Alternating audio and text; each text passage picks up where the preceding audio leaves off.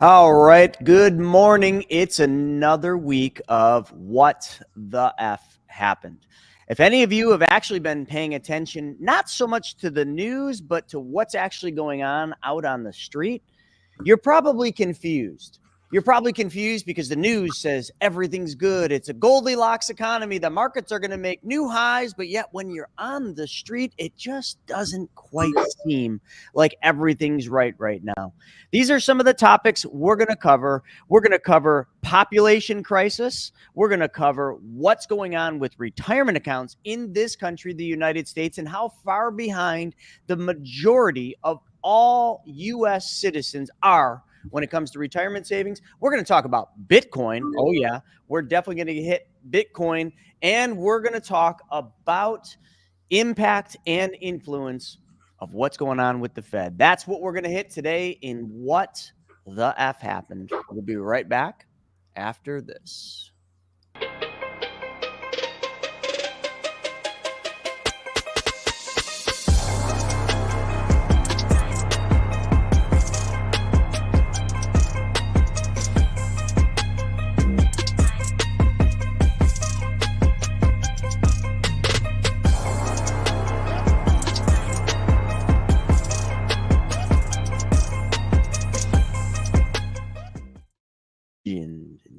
All right, we are back for another week of What the F Happened, and I am super excited. I wasn't here last week. I was in California at a mastermind, and pretty interesting, like hearing the sentiment out there, some really high-level real estate investors, just hearing their take on things, and it's a mixed bag.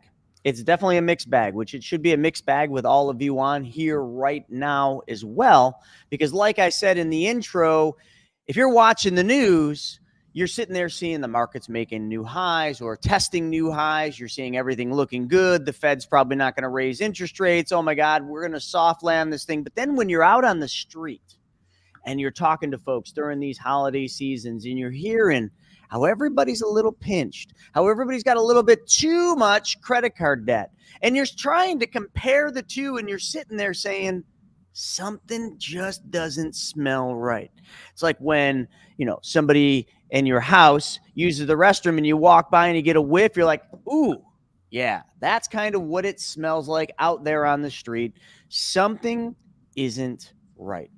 And I think that's what we're going to talk about today. But I'm joined by my partner in crime, Mr. Snaggy, in the house, coming in live from Jupiter, Florida. What's happening down there in your neck of the woods? Hey, good morning, everybody. Hope you're having a great week. Just hanging out, getting ready for the holidays, and staying busier than ever leading into 2024 right now. So it's great to see a lot of people hopping on YouTube, really taking a dive down the financial education rabbit hole and learning how to take back control of their money. And, a lot of people are just kind of sick of hearing all the lies out there. Whether you I turned on the news for like literally 2 minutes the other day when I was looking for a football game, and I left it on for literally 2 minutes. And it's just like the stuff that they were spewing out of their mouths was just, I was like, do people really watch this stuff anymore?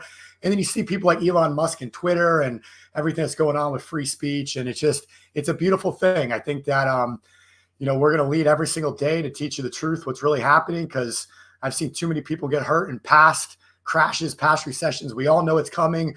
We all need to be ready for it. And that's exactly what we're going to talk about today. Some things that are happening in the economy, driving the markets, driving your money. And then at 1:00 p.m. Eastern today, of course, we got the weekly wealth webinar series where we just dive in all kinds of cool opportunities, financial education, strategies, and tools. So see you guys there. But it's a beautiful thing leading into the holidays right now, and super happy to be here, Chris. I love it. Shauna just came in from YouTube. She said, the crazier it is out there, the better it is in here. She's referring to the campfire because, hey, listen, all we smell is opportunity, but it's hard sometimes to shut the noise off, even for me. I mean, listen, folks, like I don't know how many of you nerd out like I do to economic reports like this one here. This is an economic report from a family office. I love their economists. Then we've got all these economic reports. I literally just nerd out on data. Plus, I'm continuously reading books after books, reading a great one right now. If any of you are looking for a good read, it's a bit scary, but it's really good. It's about geopolitics, and the book is called, well, actually, what is the book called? The End of the World is Just the Beginning. The End of the World is Just the Beginning. That is a good book. I'm about a little more than halfway through it. You know, it covers everything from oil to population, which I'm bringing that book up because I do want to talk a little bit about some important things. And Jax Campbell nailed it right coming in from TikTok. He said people are buying shit they don't need, and that's what's not right. You're damn right they're buying shit they don't need, and that's definitely part of the problem. Listen, folks, we've covered this on other episodes of this show about the credit card pandemic.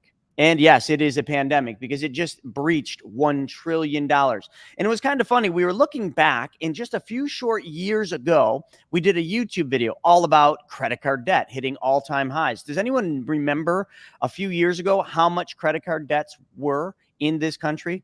Well, if you don't remember, I'll give it to you. It was a little over $400 billion. And we were just like, oh my God, we are going off a cliff. Shit's off the rails. Like, things are going down. Credit card debts in the United States of America are over $400 billion. Now, Stephen, you remember this, but let me rewind the clock. That was just a couple years ago. We are now over $1 trillion. So what Jack said about people buying shit they don't need, here's the thing. We have gotten used to, all the things that once were a luxury to us are now a necessity. And we've gotten used to those necessities, which really are luxuries.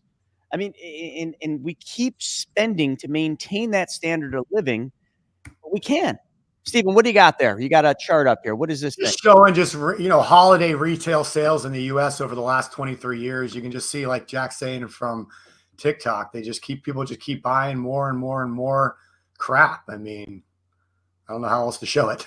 Well, I think we all need to go back and watch that Charlie Brown episode where Charlie Brown is trying to figure out what Christmas is all about, and he's super bummed out because he just doesn't understand Christmas and how it's going corporate, and it's all about buying things, and he asks Linus, to explain it, and Linus does the perfect explanation of Christmas. Christmas is not about the gifts we give. It's about the love we share. It's about the time we spend. It's about the celebration and the true meaning of Christmas. And I think, well, I mean, it's not just now, but I mean, for decades, it's been all about spend, buy, overdo it. And I have a 3.5-year-old. And one of the things I'm really trying to do is not spoil her at Christmas with tons of gifts. I want her to respect what Christmas is about, and Stephen, this, you'll respect this because I know you got a little one and many of you do too.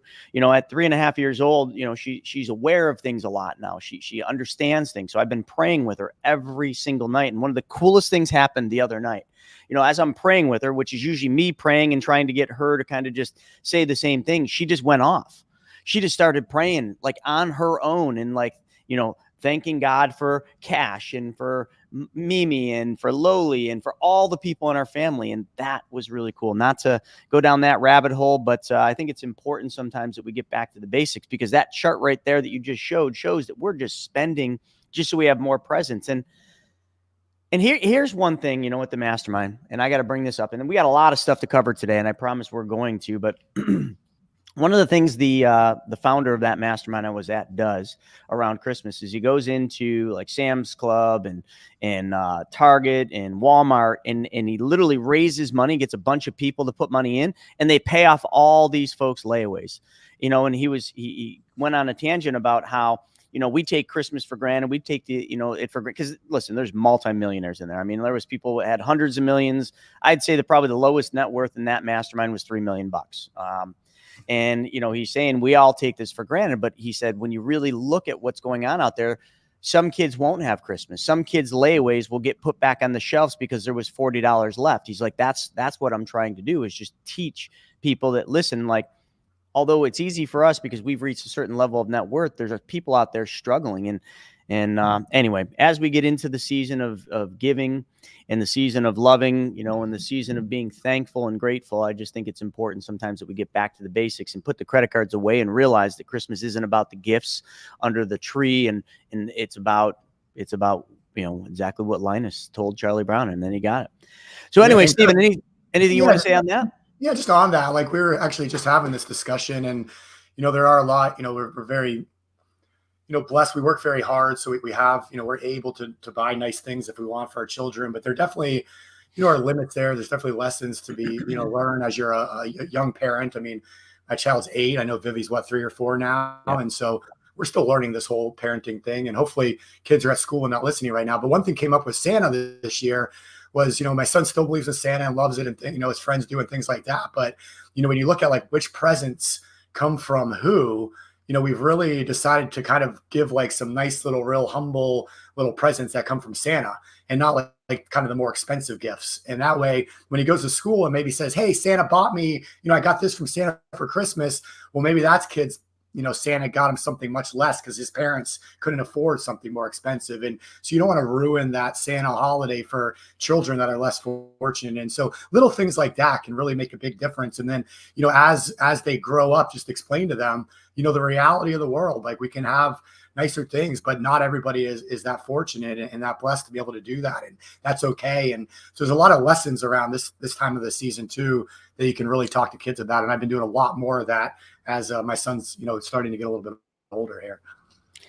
All right. So let's dive in. I think let's get into some of the news, some of the economic reports, and some of the things you guys probably do. But there was this interesting thing in one of the economic reports that I think sums it all up. And this was a quote. I don't know when it was done, but it was written by Hunter S. Thompson. You probably don't even know who he is, but I'll read this to you. It says, life should not be a journey to the grave with the intention of arriving safely in a pretty and well-preserved body, but rather to skid in broadside in a cloud of smoke, thoroughly used up, totally worn out, and loudly proclaiming, wow, what a ride. Think about that for a second. We go through life trying to be so conservative, trying to always protect and stay safe. And like, that takes the fun out of it. It really does. And I also want to put that in that, along with that skidding in and saying, wow, what a ride. We don't have to take rides we don't want to take. Although we should go out and live life to its fullest, we don't have to take excessive risks, put ourselves through excessive stress, and put ourselves through unfathomable pain. And if any of you know what I'm talking about the stock market. I don't know how many times we got to talk about this. This economic report from a family office that manages, like, you can't even talk to this family office without 50 million in assets. I know the owner of it. I was fortunate enough to meet him many, many years ago. But in this report, and I'm just going to hold it up, not that you guys understand what this stuff is, but I want to hit some of these things to further let you know that, listen, like, I might be the talking head that you all listen to, and Stephen might be the talking head that you're talking to, but it's not, I'm not just rattling off stuff just for my own, well-being. I'm trying to warn everybody. I'm trying to let everybody know that, like, literally, like, things are just not okay. I'm just going to put it right out there. Things are not okay. I know Bitcoin's going up, but you know what? I got an economic report on that. Bitcoin's going to probably go down. Bitcoin and the stock market are correlated, folks. When Bitcoin goes up, Bitcoin is now the leading indicator, okay? Which means Bitcoin's going to rise before the markets. And what has happened recently, right? There's so many new, Stephen, you see how many new gurus are out there about Bitcoin again because it's going up again? Everybody's a Bitcoin expert. Every YouTube video, like, all the guys are out like, oh, Bitcoin, Bitcoin, Bitcoin. Hold on a second. I think by now we all realize that Bitcoin in the stock market, or Bitcoin in the S&P, or Bitcoin in the NASDAQ, or Bitcoin in the Dow Jones, I don't care what index you're following, okay, are very correlated. Correlated, just for those of you that don't understand, means they're literally connected. One follows the other.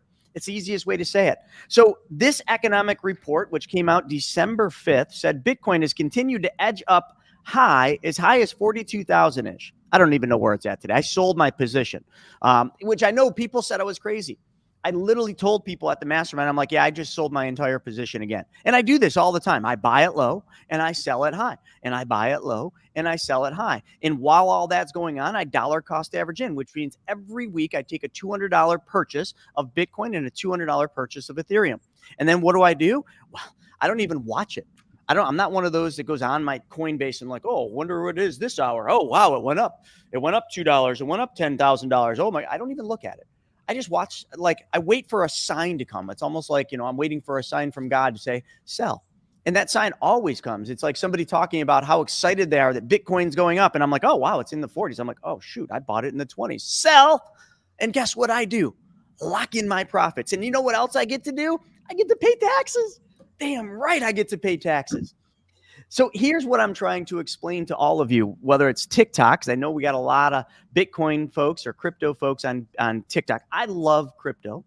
Okay. I love Bitcoin, Ethereum. I love blockchain. We fully believe in it here. Okay. We do. Are we sitting there saying it's going to the moon tomorrow? No.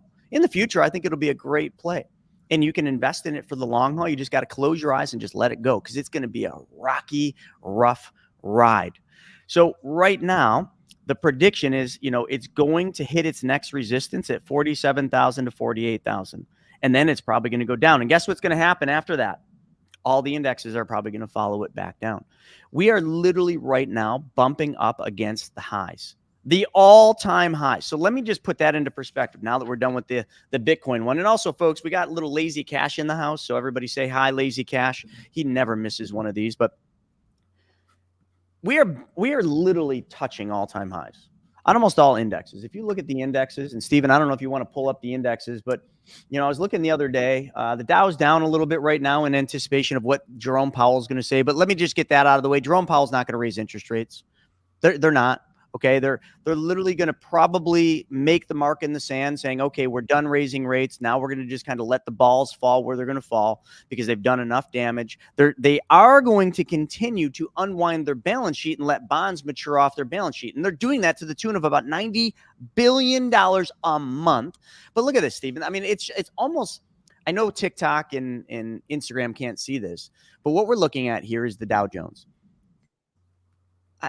I mean, okay. Listen, you can all get excited, and I know there's a lot of young folks that watch this show, and I know you're all like, oh, it's going higher. It's doing good. The markets are going to be great. The Fed's going to take care of it. The Fed's going to start dropping rates. They said, some, I can't remember who it was. Some pundit came on and said, oh, they're going to start dropping rates 4 times. And it was the talk. It was the talk of the internet. Oh, the Fed's going to start dropping rates 4 times in 2024, which would be great for any of you that have listened to us about buying treasury bonds, because you're going to make a bunch of money. But I got some news for you. I doubt the Fed's going to drop rates 4 times. That was just someone's opinion, and it went viral. And everybody started thinking and actually literally saying it was Jerome Powell saying they're going to drop interest rates 4 times. Absolutely not. They didn't say anything of the sort. Matter of fact, they said they're going to keep rates higher for longer.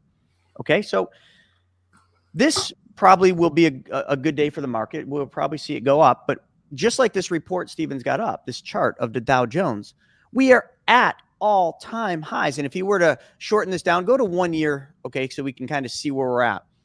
We're literally bumping up against all-time highs. Now, if I can just ask everyone a question, just logically thinking, forget about your emotions, logic. How can the markets, the Dow Jones, the NASDAQ, the S&P 500 push through the highs, the highest of the highs? What's going to push it through, folks? Is the Fed going to print more money? Nope, not anytime soon. Okay. Is the Fed going to raise rates anymore, which is good for the markets, which is why they're touching all-time highs? No, but they're still going to hold them higher longer. Which means your food prices aren't going to go down, which means your loan prices aren't going to go down, which is kind of interesting. And this just shows the stupidity out there. There was an article in CNBC today, right here. Mortgage refinance demand jumps 19% after rates hit lowest levels since July. Folks, rates aren't low. Hits lowest levels since July. Oh my God, we should go out and cheer and refinance our homes. Are you fucking crazy? Anyway, that just shows that people are emotionally making decisions, not on logic. And I'm trying to save all of you from making stupid, emotional-based decisions. Don't refinance your house right now. Just because rates are down 0.25% or maybe 0.5% from when you got your mortgage, do not refinance. It is the worst possible thing you can do. The fees alone in the refinance will eat up anything that you would ever possibly save. It's pure stupidity. But here's what I'm trying to get at. And I'm going to try to wrap this up and close this section. Ask yourself, what is going on in the economy, in the world right now that logically would result in the markets going higher? Anyone? Anyone? Who can tell me what is going on right now in the entire world economic environment that possibly could take the stock market higher than it is right now? Are they going to print more money? No. Is the economy going up or down? It's going down. Are interest rates going to go down quickly anytime soon? No. It's all speculation, all just smoke and mirrors, house of cards.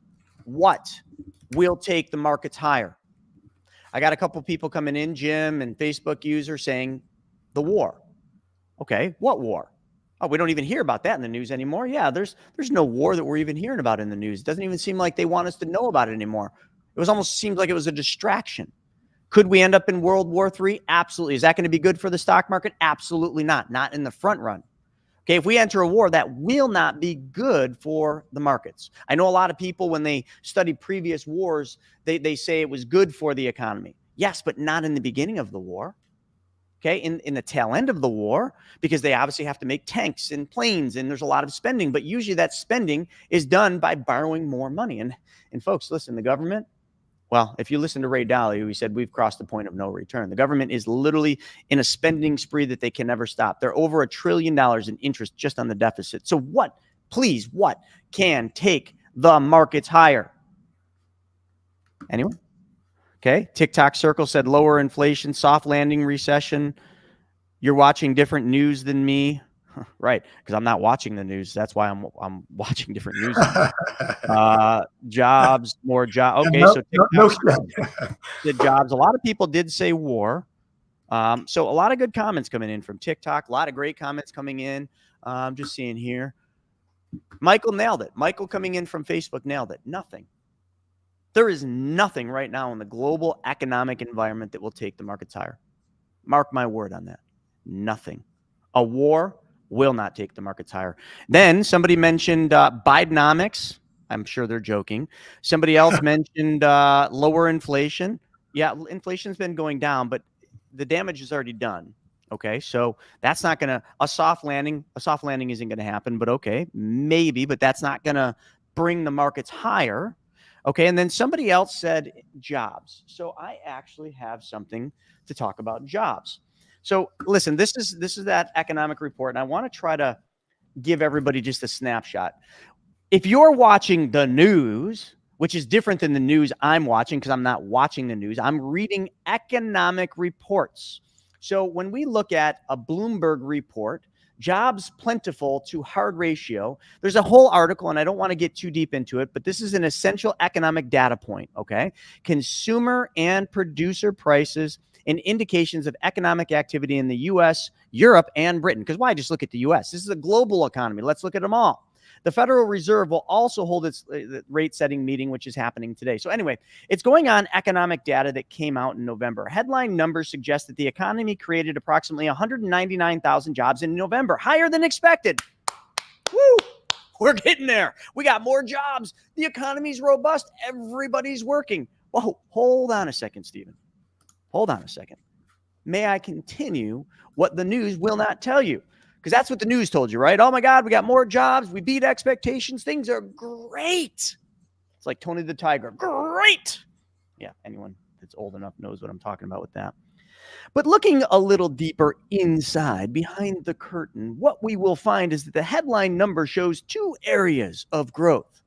Does anyone want to guess? Anyone want to take just a wild stab? How about TikTok or Instagram, or how about YouTube? Anyone want to guess what those two areas of growth are? Come on, drum roll, please. Go. No? Okay, I'll just tell you. You should have already guessed this. Government. Oh, yeah. IRS agents, baby. Who are the IRS agents coming after? It isn't the wealthy folks. They're not going after Elon Musk and Warren Buffett and all the wealthy folks because they've got what? They've got good representation and trust and all sorts of things. And all they're doing is following the IRS code. They're coming after you. That's right. Middle class. They're coming after you.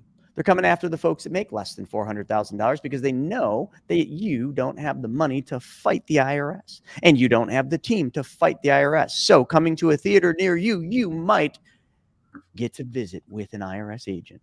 So what other area are they growing? Healthcare.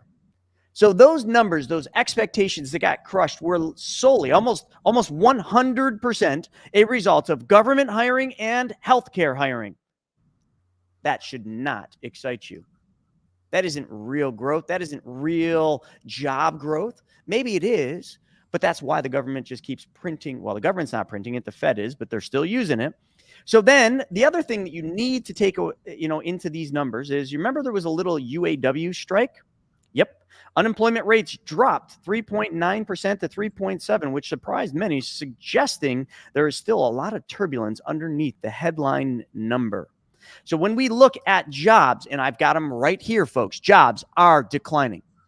New job growth, if you subtract government jobs, are declining, and rather steeply, matter of fact.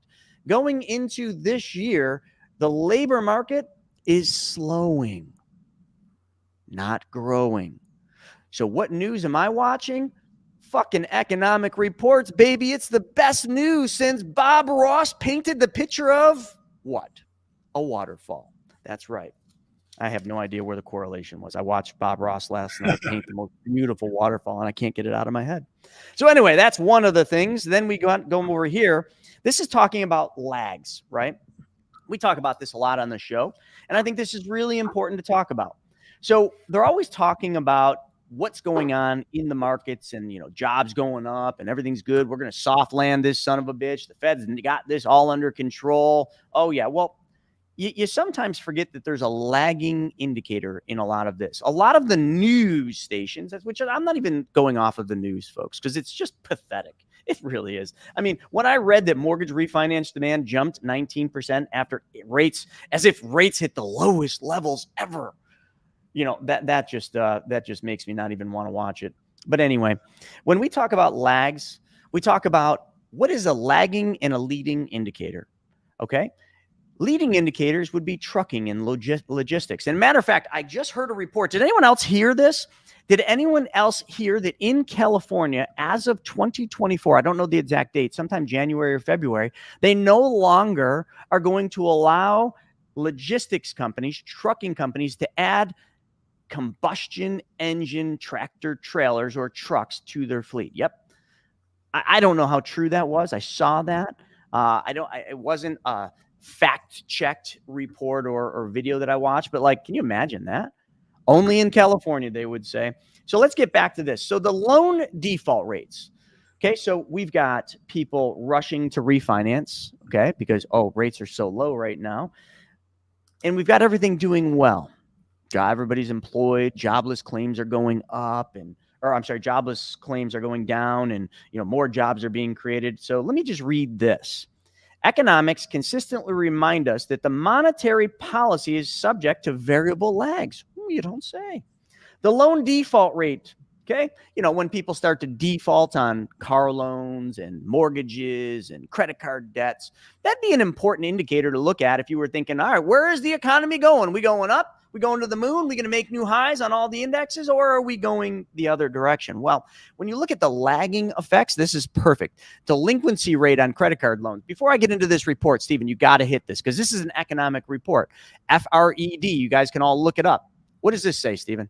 Yeah. It's just showing exactly what you're talking about, that delinquency rate on credit card loans are, skyrocketing right now. We saw an uptick going into the COVID pandemic. We started to see the market pull back, obviously printed more money than we've ever had in the history of the world, and spending like we've never seen before in the history of the country. And all that money flooded and really drove credit card usage down, savings up. And now, that lasted for a couple of years. And now we're just seeing the after effects of sky high inflation and Fed tightening and, everything we're experiencing right now with just home prices way above they've ever been, double-digit inflation. And so credit card delinquency rates are starting to skyrocket. And this is something that will lead into a lot of trouble coming up, especially when we look at just the unbelievable spending and everything that's been going on here recently. So good. So, I mean, that kind of just looks like, looks like the economy and looks like the stock market did right after they printed $5.2 trillion during the pandemic. I mean, the sucker went straight up. And you know what that was? That was default rates on credit cards. But hold on, let's come over to this economic report right here. The loan default rate is beginning to rise as interest rates remain much higher than their pre-pandemic levels. According to the Moody Investor Services, That'd be a good one to look at, I'll tell you. So people, somebody on TikTok just asked me, can I share some of these economic reports? All right. So you got the Moody default rate. That was the FRED report. I've got right here the Andina Advisors report, which is a family office and their economist. I've got Harry's take. I've got Rodney's take. And then we've got some other economic reports that we're going off of here. But let's get back to the Moody Investor Services. Loan default rates. I want you guys all to pay really close attention to this, especially if any of you think that we're going to set new highs and the markets are going to keep going up and Bitcoin's going to go to the moon. You really need to pay attention to this, because this is one of those lagging indicators that isn't going to get it wrong, folks. Loan default rates hit 5.4% in October. Pay attention. A level typically associated with sharp economic slowdowns or recession. So 5.4% on a default rate basically is associated with slowdowns and recessions. We're going to soft land, huh? Following its current trajectory, so if they just traject the loan default rates, Stephen, if we followed the credit card loan default rates, holy shit, man, I don't even know what that looks like. I mean, might as well hunker down, build the bunker in the backyard, fill it up with water and food, and start growing some plants back there if you're going to follow the trajectory on that one. But this one's a little bit better. So the trajectory basically suggests that the loan default percentage will likely hit 6% in the next few months.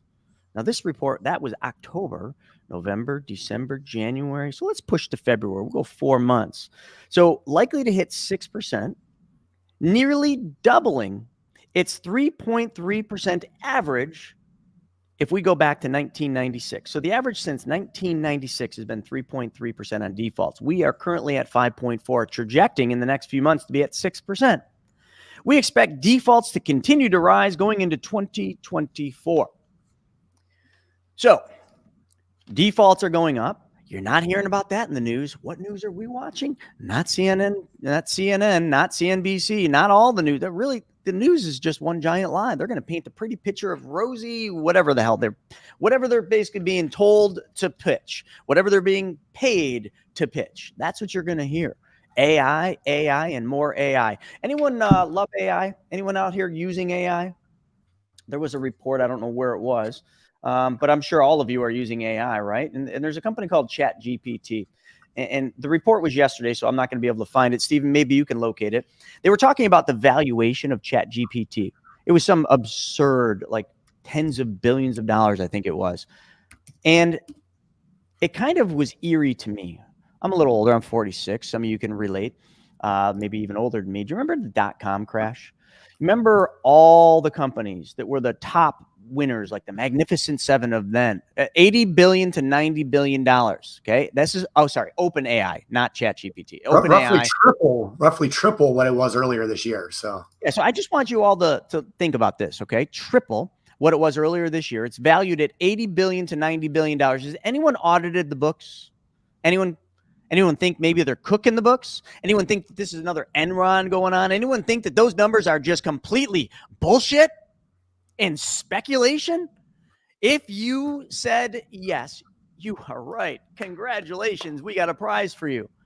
That is the biggest crock of shit I've ever heard in my life. But that also leads me to another thing about how the markets aren't going to push to new highs. And even if they do, it's a house of cards. All the Magnificent Seven. Why are they the Magnificent Seven? Why is the S&P 500 being driven and solely propped up by 7 stocks? AI, baby. Look at all of those 7 stocks, the Magnificent Seven. All of them in one way or the other are tied back to AI in this crazy .com-esque bullshit that is going on in valuations. I mean, Munger is rolling in his grave right now trying to figure out the fundamentals behind OpenAI or any of these Magnificent Seven. He's just like, none of this shit makes any sense. Buffett's just like, dude, I'm just going to sit in cash. Like, can you not understand what these signals mean? We got lagging indicators, which are our default rates. We got credit card default rates off the charts. Hold on. Let's keep going here because now we're on a tangent. And then you got to see this though, real fast in the AI. Hold on. I'll play 60 seconds. A can of worms. 60 seconds of this 21-minute video, but you just got to see where we're at with AI. It's unbelievable. Hello. and welcome to Channel One, a new way of consuming, reporting, and thinking about the news powered by artificial intelligence.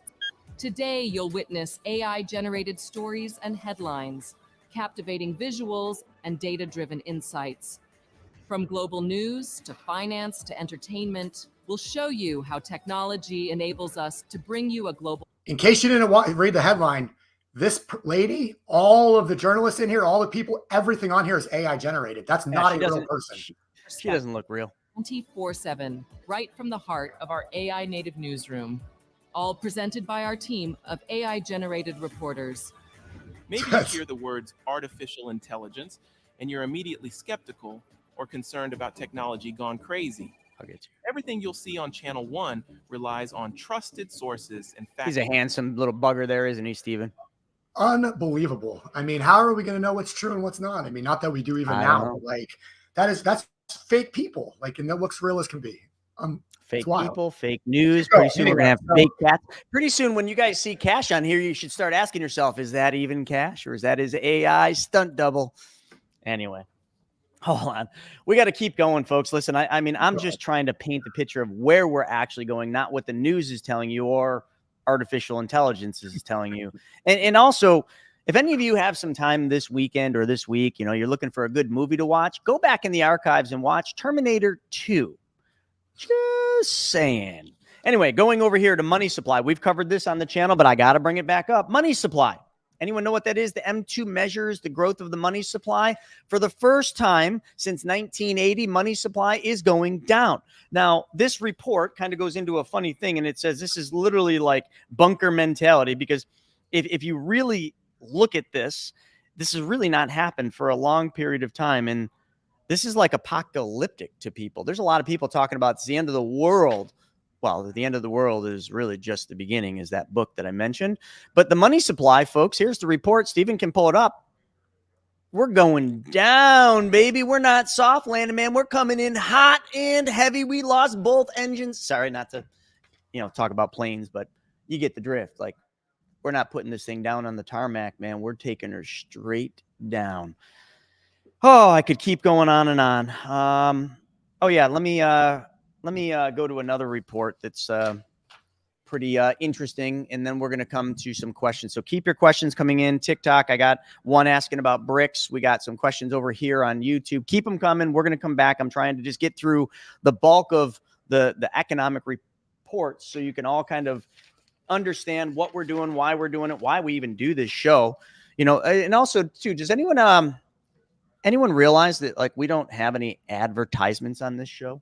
Anyone realize there's no sponsors? We're not, let's just take a pause and give a shout out to our sponsor, Walmart, for a, rollback is happening this weekend, and you can go into Walmart and get eggs 10 cents less. There are no ads. There are no sponsors. We just do this because you need to hear this, whether you like it or not, whether the truth is the truth or the truth just freaking hurts. You need to hear this. Whether you act on this or not, well, that's on you. Here we go. This economic report. A few countries dominate global GDP, especially U.S. and China. This is kind of interesting because we just talked about the Magnificent Seven, the seven stocks holding up the entire S&P 500, primarily being driven by speculation and probably manipulation, like someone said on TikTok, around AI. Something that we still don't fully understand, something that we still really don't know how to monetize, but yet it's cool. So let's talk about it. You know what? Did we not learn anything from the .com crash? No, actually we did. But now most people have forgotten about it because now the people making the decisions, the people doing this stuff, they're not from that era. They don't remember that. You know what? If you were 38 years old or younger, you didn't even feel the impact of the Great Recession in 2008. That's frightening. You didn't feel the impact. My wife is right in that age range. She's a millennial. Okay, I'm a Gen Xer, so I remember the impact. And my wife doesn't fully understand the comprehension around the Great Depression or the Great Recession and the impact that it had on the world and on families. So most people watching this show today have only seen a bull market, which sometimes, like me and Stephen, are kind of just sitting there just being like, what the fuck is wrong with people? But like Stephen, the problem isn't with people. The problem is with us. We're freaking old, man. We're getting old. We remember the shit that actually happened. Where now people don't even know. They're just like, don't, it just goes up. Just put your money in the S&P 500 and it's going to go up. I just spoke to a client the other day and they had $260,000 in the S&P 500. Why? Because their advisor put all their money in the S&P 500. I said, dude, you're out of your mind. You need to sell that right now. Now, I can't give you investment advice, and I probably went above and beyond out of my range when I spoke to that client, but I gave them all the facts. And I'm just like, you got all this money in one stock. You're not even diversified. I'm like, literally, have you heard about the Magnificent Seven? Maybe you should Google that because you're investing in 7 stocks with all the money that you have. But anyway, like this is happening everywhere, folks. People think that nothing bad can happen to the stock market. Oh, and when something bad happens, the Fed's just going to step in. Yeah, well, Robinhood's not coming to save the day today, buddy. Here we go. 10 countries dominate 68% of the global GDP. Here's the countries in order: US, China, Japan, Germany, India, UK, France, Italy, Canada, Brazil. And there is a steep decline when we get past US and China. The US, the GDP in the US is 26.855 billion, or 25% of the entire GDP worldwide. China represents 19.37, which is 18% of the total GDP. After that, we fall to Japan, the lost decade. Japan has never recovered, okay, from what happened back in the 80s. They've never recovered from that. So their GDP is 4.4 billion. Or actually, if I'm sorry, these are trillions, I think. I don't know. Billions, trillions. There's a lot of zeros here. 4.19%. But here's the whole thing. I just want to read this, okay? Everybody, including Ray Dalio, is talking about China and China, challenging the U.S., for world dominance, which absolutely is happening right now. You see it, you hear it, it's coming. But the problem with China is China's done. China's done. I'm going to tell you that right now. How is China done? Why is China done? It comes back to some bad decisions they made a couple of years ago where they told the women that they can't have more than one child. That they literally scared people out of having children. And when you scare people out of having children, well, what do people do? Well, they stop having children, or they stop having as many children. And then all of a sudden, China started saying, no, go have kids. You can have 2, and then you can have 3. And hell, just go, watch some porn and just have at it. Like, make as many kids as you can. And the citizens of China are just like, nope, it's too expensive. It's too expensive. We can't. We just got through the pandemic. Like, you didn't even let us go outside. Like, why do I want to bring kids into this world? Like, let alone I got to, me and my wife and also our 14-year-old have to go to work just to afford to live. I'm not just talking about China, but here's what's going on in China. Let me read you this. That book, The End of the World, is just the beginning. The whole beginning part of that book is all about population and how the entire world has a population problem. Because at the growth that we've seen all the way through all of our lives, okay, our entire lifetimes, the growth that we have seen is done. Why? Well, not because the feds can't print more money, not because Bidenomics isn't going to work, not because of anything that has to do with politics, because we just don't have enough freaking people. Stephen just pulled this up right here. 1.28 children is the average for women in the that's the United States, right, Stephen? China. That's China. U.S. isn't much different, but a little higher. I think it's like 1.7 for the U.S. Yeah, 1.64. 1.64 in the U.S. See, I'm trying to pay attention. I might get the numbers a little off, but China, 1.28. And China needs, if I'm not mistaken, 2.1 kids out of every woman to stabilize their growth. But that isn't going to happen. So here we go. They say Japan could be completely Japan's going to be gone. Japan is done. Japan, it's over for Japan, folks. And I love Japan. Their culture is one of the best in the world, but it is over because it's too late, too far gone. Okay. They don't have the population. And in the US, it's the same thing. Do you realize that the millennials were the last generation of growth? After that, it's downhill, baby. It's downhill. But in the US, we've got, Cashy, can you just get out of the way of TikTok? They don't want to just stare at your face. But in the US, we have a chance because we have land here. We have resources here. If we stop playing this Green New Deal bullshit, thinking that that's the answer, if you study from any geopolitics or anything, you study oil and you look at reports, folks, we can't go green right now. We don't even have the infrastructure to go electric or windmill or any of these things, not even close. But anyway, let me get back to this because I know I'm jumping all over. I just get excited here. All right. Almost all the growth in the coming decades will come from emerging countries, but China is both the largest country and the only emerging country literally to be peaking in population now. It will decline in population from 1.4 billion to an estimated 780 million over the next 50 years. Oh, and China has overbuilt homes so that 22% of the homes they built are vacant. Hence, the country will never need to build another home to get from 65% urban today to 87%. About as high as it will ever get. And the U.S. obviously will grow much slower ahead as it has aged rapidly and nearing saturation in terms of urbanization at 83%. So how this all plays out, folks, is we are looking at a 500-year mega innovation cycle. You don't need to know what that really means, but it will not peak until 2140, far ahead, okay, way ahead of most of our lives. As a matter of fact, most of us won't see that. And the last one was in 1648 in Europe. Hence, it's not the end of globalization, or hence, this is not the end of globalization, the powerful driver for the longer term cycle since the late 1800s. But from now until the next term peak, which is the life we're going to be living here, such growth will not be as high as it has been since World War II until we have an aging revolution, until we start having more kids. We can't grow anymore because the amount of people aging out of the workforce, the amount of people retiring out of the workforce, the baby boomers and the silent generation, talking about the United States of America, are significantly greater than the new people coming in to fill their seats. Not only that, but the newer generations, maybe not the millennials. The millennials are the last great hope. So if you know millennial, be nice to them. They're literally the last hope this country has, because I don't even know, Gen Zs, Gen Ys, whatever the other generations are, their work ethic will never, ever sustain. It will never, ever get us where we are, because this country was built on hard work, long hours, and people that wanted to grow and create. And the future generations, hopefully not all millennials, the future generations don't have that mindset. They have an entitlement mindset. They have a mindset that things should just be handed to them because it's been too good for too long, and that's the problem. But folks, you need to really pay attention to this.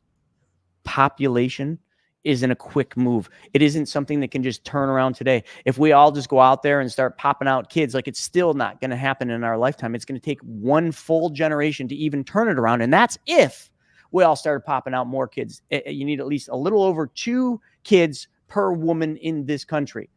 Yes, and I am not talking about the she, he woman. Okay, I'm talking, last time I checked, women are women and men are men. And women can have kids and men cannot, even if they don't look like a man.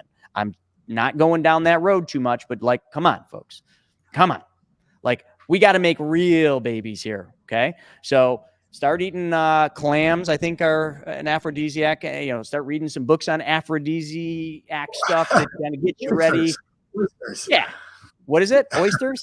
Oysters, what did I say? yeah. Clams? Oysters? Whatever. I don't know. I guess I got some work to do on that as well. But anyway, my spend more time in South Florida. Years are, yeah, exactly. So anyway, I will say one thing on that, Chris. One thing on that is, one of the biggest excuses for young people not having kids is the cost of living, is how expensive things are, and they can't afford kids. And then, by the time they can, it's oftentimes too late. I've seen it happen with people I personally know, and that trend is getting worse and worse. And it just, if you want to get conspiratorial with it, it's like, is that all by design? Are they making it unaffordable for a reason to make people not want to have kids, to have that control and have the declining birth rates and everything like that? I mean, look at this chart that Wall Street Journal just put out. So this is the cost of renting versus owning a home.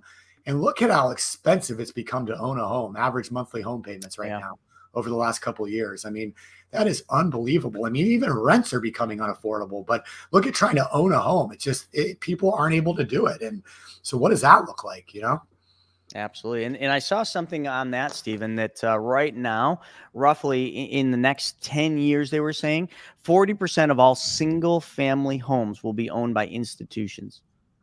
40%. That trend that you just saw there, that's why you're not going to, the future generations aren't going to own homes like we do. Okay. They're going to rent homes, and they're going to rent homes from big institutions like BlackRock and Blackstone and Vanguard and, all of them. They're the ones buying up all the homes. There's literally movement in Congress trying to put a stop to that, but that probably isn't going to happen in time. So let me hit some of these questions. Gary came in and said something good. He said, completely agree. The Green New Deal is going to hurt us more than help us. Let's see, because we have built, let's continue to grow. Who pay? Oh, Tim D. Little says, who pays this guy? I don't know. You know, I keep wondering that, Stephen. Who the hell is paying us? Because like I need to get paid here, folks. Like I'm not getting paid for this. Like, yeah, give me a call, Tim. Give me a call, dude. Do you want to pay me? You can pay me. Hey, we're I open don't to know. sponsors. I mean, what do you got? Yeah. Listen, Tim. I got some really good advice for you, Tim D. Little on TikTok. A wise man once told me. He said, "The secret to success is to give your best stuff away for free." So who pays me? I am a professional penny and nickel picker upper. That's what I am because I give, and I give my best stuff away for free, buddy.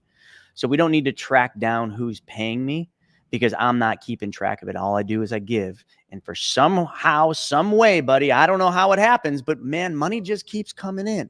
And then I just keep giving and money just keeps coming in and I just keep giving more and more money keeps coming. It's almost just like, stop. But you want the money to stop coming in, stop giving. So who pays me? I don't know, man. God, the universe. I just tapped into something that all of you should know. Okay, let's see. Brand building, abundant. There was a couple other good ones here. Could be had for government trying to control the population. Yeah, absolutely. There could be. Gary said the argument could be had for the government trying to control the population with the cost of living. You could also say that Bill Gates is trying to control population as well. You know, who knows? That's conspiracy theory shit. But anyway, all right. So let's move over here, Stephen. What do we got on Facebook and YouTube? I know a bunch of really good stuff came in. Let's hit some of these questions. You got any good ones where we can kind of tackle them in the last 10 minutes here? Yeah, just a lot of the same. I mean, just, you know, Lisa's saying even worse when it comes to junior high school and high school kids, just beyond the entitlement and what they feel like they're deserving of. And, you know, you see a lot of that. I mean, Duck V, you know, the whole economic model must change. And, you know, there's a lot of truth in that, what's going on right now. Well, hold on. This one's a good one too. Michael came in from Facebook. Is this why Democrats, and notice he didn't say Democrats, he just said Democrats, are willing to let our borders stay open? Yeah, like, folks, listen, it's all in that book. The end of the world is just the beginning. Like, it talks about why the borders are wide open. Like, it's population. And it also comes down to what everybody just said, like what Duck just said. Like, we have a major problem in this country. People don't want to work. You know, people don't want to do the hard jobs. You know, there isn't American citizens that want to go out and pick corn and tomatoes and do the hard work and dig the ditches and do the stuff that this country was built on. So who's going to do it? Open the borders. People that actually see the opportunity for the greatest country in the world, the greatest opportunity in the world is the United States of America. And you know what? Mexicans, they see that. Other countries, they all want to come here. So they open the borders because we're, number one, not making enough babies. We need some more, what did you say, oysters? Oysters round. Everybody, that's on me. Okay, we got oysters going on here. Eat those oysters and drink the Red Bulls. Anyway, Red Bull gives you wings. 2 eyes. Yeah, making sure I'm hitting the compliance dots here. But anyway, like, you know, it's really, really important that you guys like understand that. Like, the borders are probably wide open. Number one, maybe they're trying to buy votes or get more voters, but I think it's really the population thing. I literally, for the first time, that's my belief on it as well. Let's see here. Dogs and cats instead. Yeah. Economic model. What other ones? I saw some other really good ones here. People were taken advantage of for too long. Yes, people need to receive fair pay and they are willing to work. So Ella, coming in from YouTube, that's a good point. So Ella's saying people were taken advantage of for too long. And I agree. Like, you know, like there was slavery, there was all sorts of things. But if you think slavery is dead, it's not. It's very alive. It's just not alive here in the U.S., so to say. But if you go over into Africa and you go into the mines where they're digging up all the stuff so that they can make all these electric vehicles, that is slavery, folks. Look it up because, you know, but yes, people should receive a fair pay. But what is a fair pay? A fair pay is not a check for sitting in front of your TV doing nothing. A fair pay is not an entitled person that thinks they should, like last week, work 30 hours a week and be entitled to be able to live whatever life they want. Fair pay is a very interesting thing, but it's also when we say you need to pay your fair share in taxes. Mr. Biden said you must pay your fair share in taxes. Define fair share. Because I think I pay my fair share in taxes, but some people would say I don't pay enough in taxes. Some people would say Warren Buffett doesn't pay enough in taxes, but he pays his fair share according to the IRS code. Look that up. So what is fair pay and fair share? Millennials and Gen Y. Yes, I'm a Gen X born in 75. Gen Y, millennials starts in 1980. Yep. Okay. Thank you for that. Oysters. Thanks, Huckleberry. Let's see. Oh, Julie, I just saw this. This is in the book too. This is kind of funny, folks. Maybe this is coming to the U.S. soon. In Australia, they are subsidizing people who have more kids. So literally, you get paid to go out and do the dirty. They get a stipend for children. Not sure if that program's happening or not, though. I don't know. Well, hey, sounds good. What business is BlackRock in? The world domination business. Let's see. What other ones we got? Any other good ones here? Duck is doing his part for children and helping population. Thank you, Duck. Thank you so much. He just had a new child recently, so he is contributing. Yep, the housing supply will never meet the demand in the future. Very true statement here in the U.S., not in China. Yeah, Claude Johnson, I agree with that too. There's multiple ways we can look at the open border policies that are happening right now. Good, bad, and indifferent. Let's see. Open the borders and tax them. Yeah, but that's the problem, Vincent. Doesn't seem like they're taxing them, right? I don't know. More on that later. Just to document on the show, since we've been doing so, while you're reading through the comments, we're almost at 34 trillion in national debt, with the debt rising by about $1 trillion an hour right now, or $100 million an hour right now. This is interesting. Jimmy Mack 3 coming in from YouTube said, wouldn't the government get more in taxes if they actually got out of our way and let the economy grow and let us earn more? Let that sink in, folks. Absolutely. I totally agree with that. People inherently will create if left alone. But when you do what the governments always do and try to control everything, I mean, listen, communism is the greatest example of this. Communism in its simplest form is when a government controls everything. How's that working out for taxes? It doesn't, because it creates a very poor country. Communist countries are poor. Why? Is it because the people don't want to work? No, it's because the people are not left alone to go out there and create. They are not incentivized to create because the government controls everything, as if the government can do everything. Socialism just as fucking bad. In the United States of America, we are no longer a capitalistic country. We are a hybrid of capitalism and socialism. Denmark is indeed a capitalistic society. Go there and look.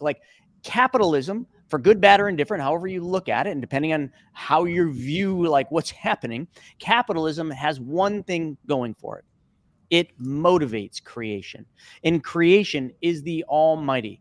God created everything we have. Creation is the ultimate. When you stipend or you limit creation through government interference, of course you limit the taxes that the government would be paid. So that's a cool one. And again, folks, listen, we're just ranting here. This show, we rant, we rave, and we argue. I haven't had to argue with anybody today. Capitalism is not compatible with Christianity. A lot of other people would disagree with that. Everyone loves capitalism until it affects their pockets. That's true. They have to take from the fund. Yeah, they have to take from us to fund their programs. That's socialism. Listen, look at Social Security. It's broke. It's broke. Can't sustain. There's not enough new people coming in to feed the Social Security system. But why? There should have, by all intents and purposes, with how Social Security was created, there should have been more than enough money to make sure that everybody got a check until politicians' hands got in the cookie jar. Yep, that's exactly what happened. But all the other socialistic programs, from Medicare and Medicaid, broke and broker, we can just keep going on. Hence why the government has to keep borrowing money from the Fed and has to keep paying interest, now over $1 trillion, almost unsustainable. Ray Dalio said we've crossed that level. Oh, yes. Yeah, y'all love Reagan until his speeches on Social Security. Listen, you can love any politician, and there's always going to be a bad and a good with each one of them. Still trying to figure out the good in today's, but anyway. But dude, I struggle with that one. Bidenomics is done, by the way. They've completely eliminated it from all discussions, all speeches, all talk, and realized that people were having a negative association with Biden and the economy. So they've cut Bidenomics out of it. So at least they're kind of learning from their mistakes. Yeah, I suppose so. I forgot to mention, in all those economic reports I was talking about what's going to push the market higher. We talked about war, maybe World War III. We talked about all these economic indicators. We left out the inverted yield curve and some of the other key ones. But the big thing we didn't talk about is, y'all remember that next year is an election? It's probably going to be a super controversial election, probably going to be a really interesting election. But you think that's going to be good? I don't know. That one's an interesting one. So I'm going to leave it with Huckleberry Taz from YouTube. Huckleberry said, "We are all slaves, just too comfortable to do anything about it." I'm sure there's some truth in that too, but that wraps our time up for today's WTF, What the F Happened. Hopefully all of you will join us this afternoon at 1 p.m. Eastern for Wealth Webinar. To join us for that show, all you do is you go to chrisnaugle.com. Scroll down, register for the Wealth Webinar. Oh, yes, whoever that was, it is totally free. So I still don't know who's paying me for that. But, yep, Wealth Webinar, totally free. Matter of fact, we give you all 3 of my books. I actually have more than 3 books now, but one on how to get all the money back for all the cars you buy, drive, and own, Mapping Out the Millionaire Mystery, which is about the infinite banking concept, and Private Money Guide. You get all 3 of those books for free just for registering for free for the Wealth Webinar. I know a lot of people out there probably register for the Wealth Webinar to get the books, and they don't even show up. That's cool too. Just go out there and create and do good. And in this season, as we approach Christmas, just remember what I said earlier. The number one thing you should all be focused on is giving. Give your best stuff away for free, which includes big old hugs and kisses to all those you love, and tell them how much you love them and appreciate them. With that being said, folks, that'll wrap up this edition of What the F Happened. We'll see you on the next one. See ya.